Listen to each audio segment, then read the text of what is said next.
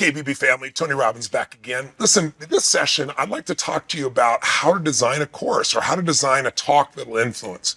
Because when I'm doing a program, I'm not doing a program to just tell somebody something or teach them intellectually, because you can learn things and then your learning leads to knowledge and you become a fool. If your learning leads to action, as my friend Jim Rohn used to say, then you can do anything you want with your life. And so almost all the programs that I do, I'm thinking in terms of how do I influence someone to improve the quality of their life? And I think about what it is that I'm most passionate about that I want to communicate.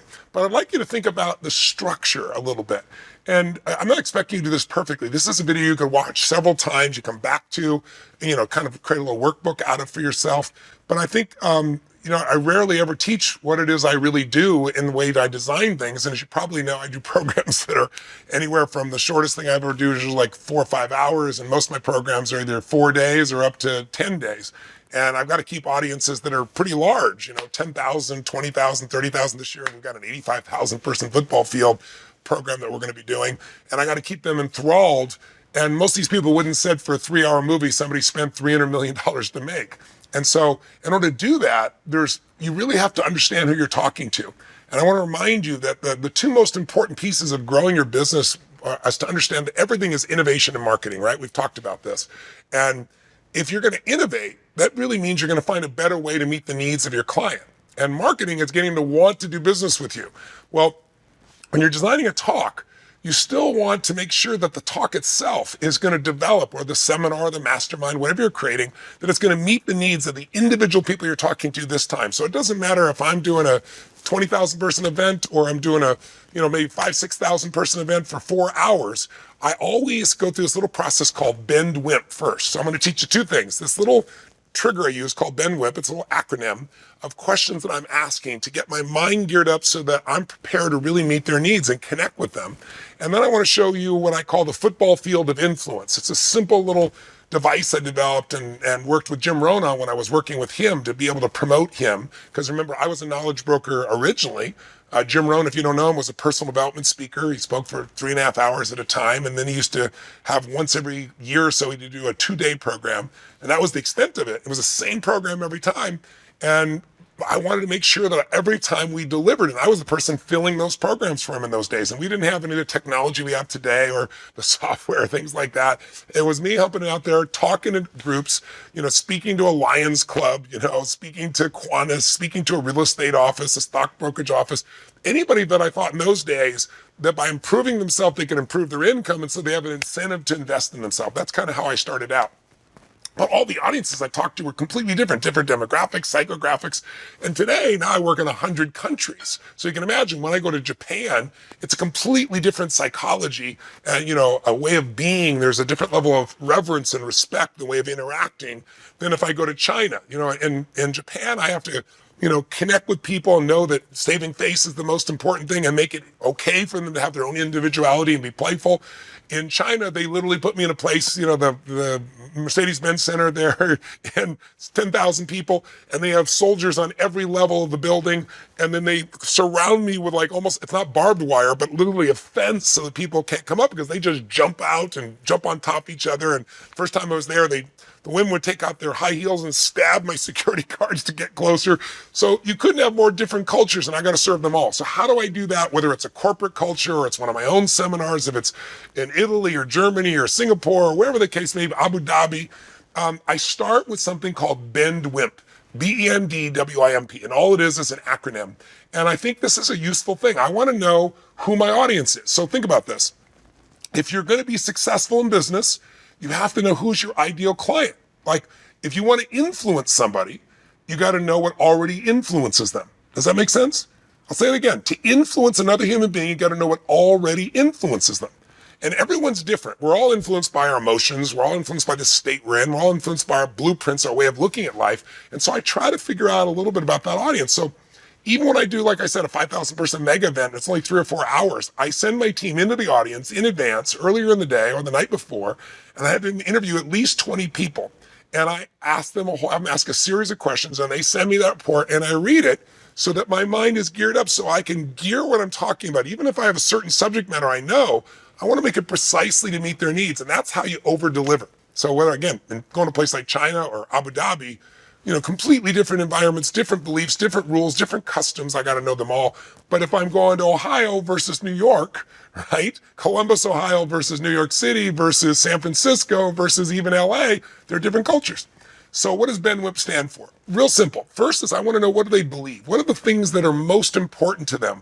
What are they coming to this program for? What's the belief that got them to come here? Now, some people get sent to a corporate environment. Some people, qualified to go to some event. Some people raise their hand and said, I want to learn this subject. It depends on the group, but I want to know what their beliefs. Then I want to know, how are they going to evaluate what I'm sharing with them? Like, how do they make decisions about what things mean? What are they going to compare me to?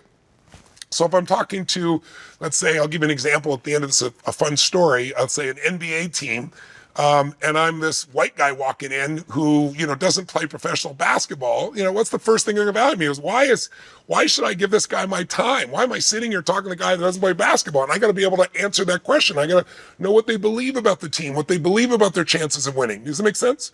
I need to know, Ben, what are their needs?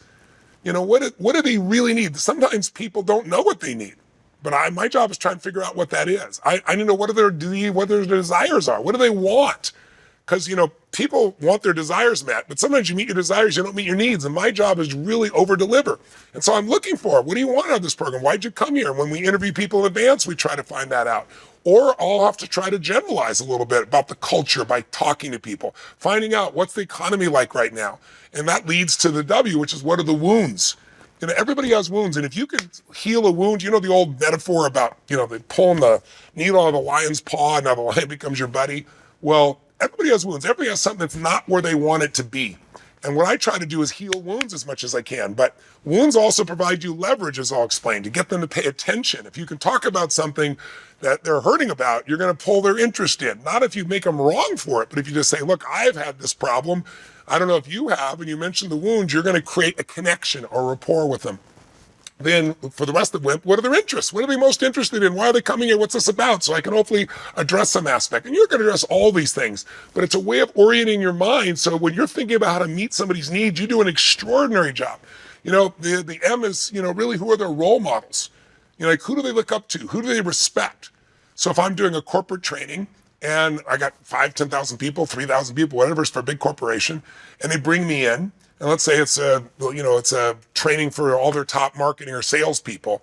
I will go in and I will interview people, but I'll also ask, I want to talk to your top 3 or top 5 salespeople, marketers, whatever the top people are in that group. And before I get on stage, an hour in advance, I'll go and I'll sit down with these people, 30, 40 minutes, take 10 or 15 minutes, 5, 10 minutes with each person. And I'll just say, listen, I get homework on them too. And I said, listen, I understand you're number 1 at this or number 2 at this, and you've been in the company this long.